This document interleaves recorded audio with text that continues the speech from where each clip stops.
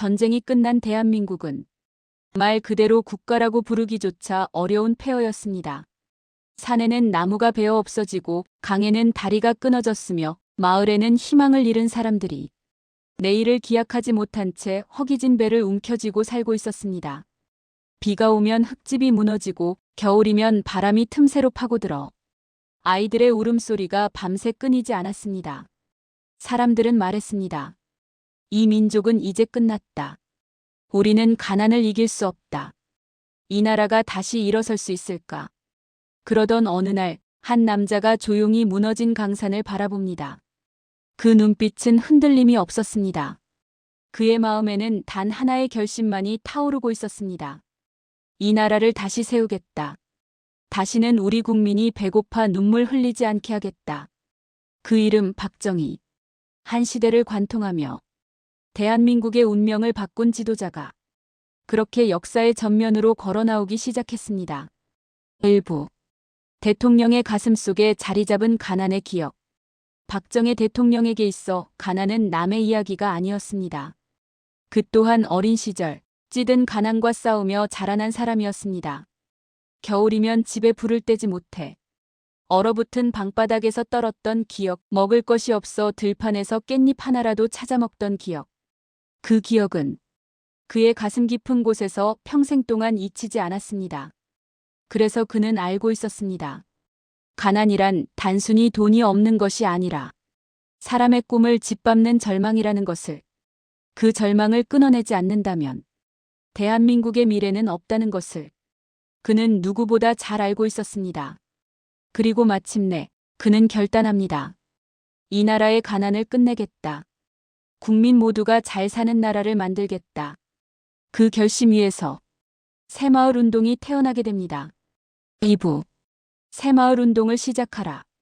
역사적 순간 1970년 대한민국 전역에 한마디가 울려 퍼집니다. 새마을 운동을 시작하라. 그 외침은 절망에 빠진 민족에게 새벽을 깨우는 기상나팔과 같았습니다. 처음 정부가 전국 마을에 보낸 것은 그리 대단한 것이 아니었습니다.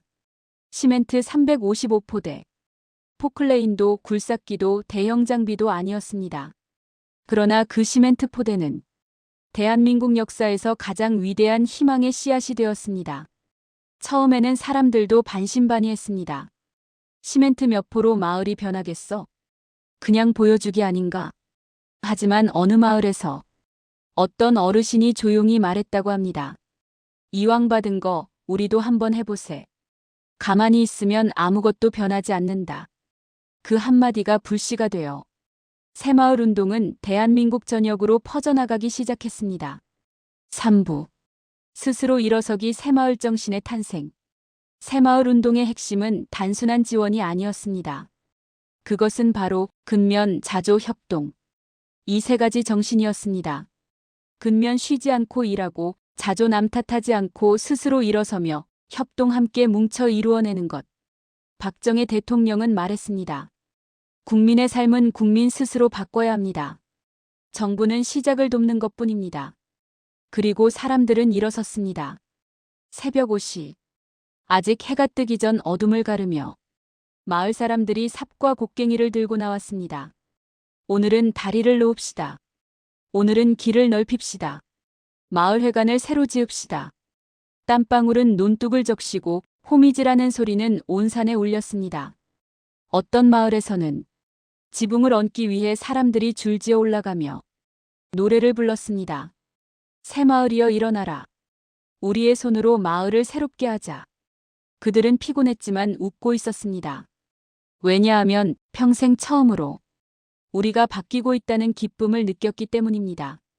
4부 대한민국을 뒤흔든 변화 기적의 시작. 새마을 운동은 단순한 사업이 아니었습니다. 그것은 사람이 변하는 운동이었습니다. 그 결과는 상상 이상이었습니다.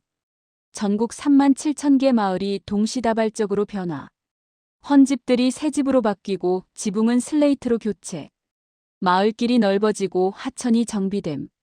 공동창고, 마을회관, 우물, 공동화장실 설치.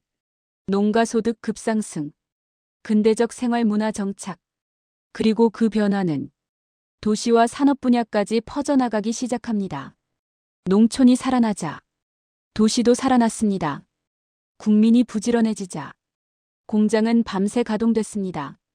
국민이 스스로 변화하자 대한민국은 완전히 다른 나라가 되어갔습니다. 세계는 놀랐습니다. 가난한 나라가 어떻게 이렇게 빨리 변하는가? 대한민국은 기적을 만들고 있다. 그 기적이 바로 한강의 기적.